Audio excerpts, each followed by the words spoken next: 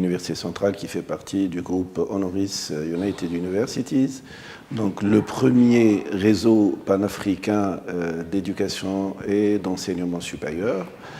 Alors, parmi donc les objectifs de l'Université centrale, ou je dirais même parmi les soucis majeurs de l'Université centrale, c'est la qualité, l'employabilité et l'ouverture sur le monde socio-économique.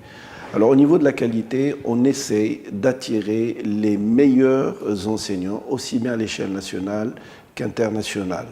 Donc, on a de toutes les catégories, on a des professeurs, donc on a des experts, on a des gens qui viennent carrément du domaine de l'entreprise pour justement donner un goût et de la pratique à notre formation. Donc le premier réseau panafricain d'éducation et d'enseignement supérieur.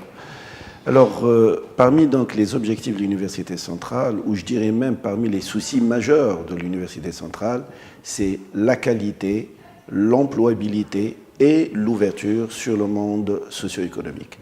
Alors pour l'employabilité, en Tunisie, on a un problème, on a de bons étudiants, mais ce qui manque à l'étudiant, c'est ce qu'on appelle actuellement en anglais les soft skills. Donc à l'intérieur, à l'échelle de l'Université centrale, on a introduit certaines matières. Alors on a introduit le développement personnel. Le développement personnel, on l'a introduit pour les étudiants qui viennent pour la première fois à l'Université centrale, essentiellement en première année, pour les aider à s'intégrer dans cette nouvelle vie qui est l'enseignement supérieur. Alors, et on a également introduit du développement personnel au sein de la dernière année. Pourquoi ? Pour justement aider l'étudiant, le préparer à s'insérer dans la vie active. On a également introduit dans notre formation des cours sur l'entrepreneuriat. Et en fait, ce n'est pas des enseignants académiques qui font ces cours-là, non, on fait appel à des experts, à des start-upers, à des gens du domaine qui viennent donner des témoignages de leur expérience dans le montage de sociétés ou carrément dans leur expérience professionnelle. Donc le premier réseau panafricain d'éducation et d'enseignement supérieur. Alors parmi donc les objectifs de l'Université centrale, ou je dirais même parmi les soucis majeurs de l'Université centrale, c'est la qualité, l'employabilité et l'ouverture sur le monde socio-économique. Alors je reviens au troisième objectif qui est l'ouverture sur le monde socio-économique, sur le monde sociopolitique. On a pensé à lancer, donc pour la première fois en Tunisie, un MBA, en fait un short MBA en diplomatie économique et lobbying.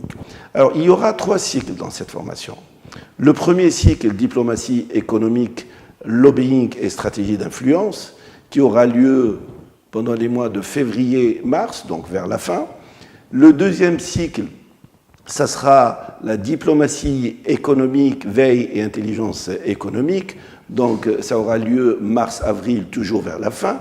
Et le troisième cycle, c'est la diplomatie économique, donc les moyens d'action et les méthodologies appliquées qu'on doit utiliser pour justement traiter ce domaine.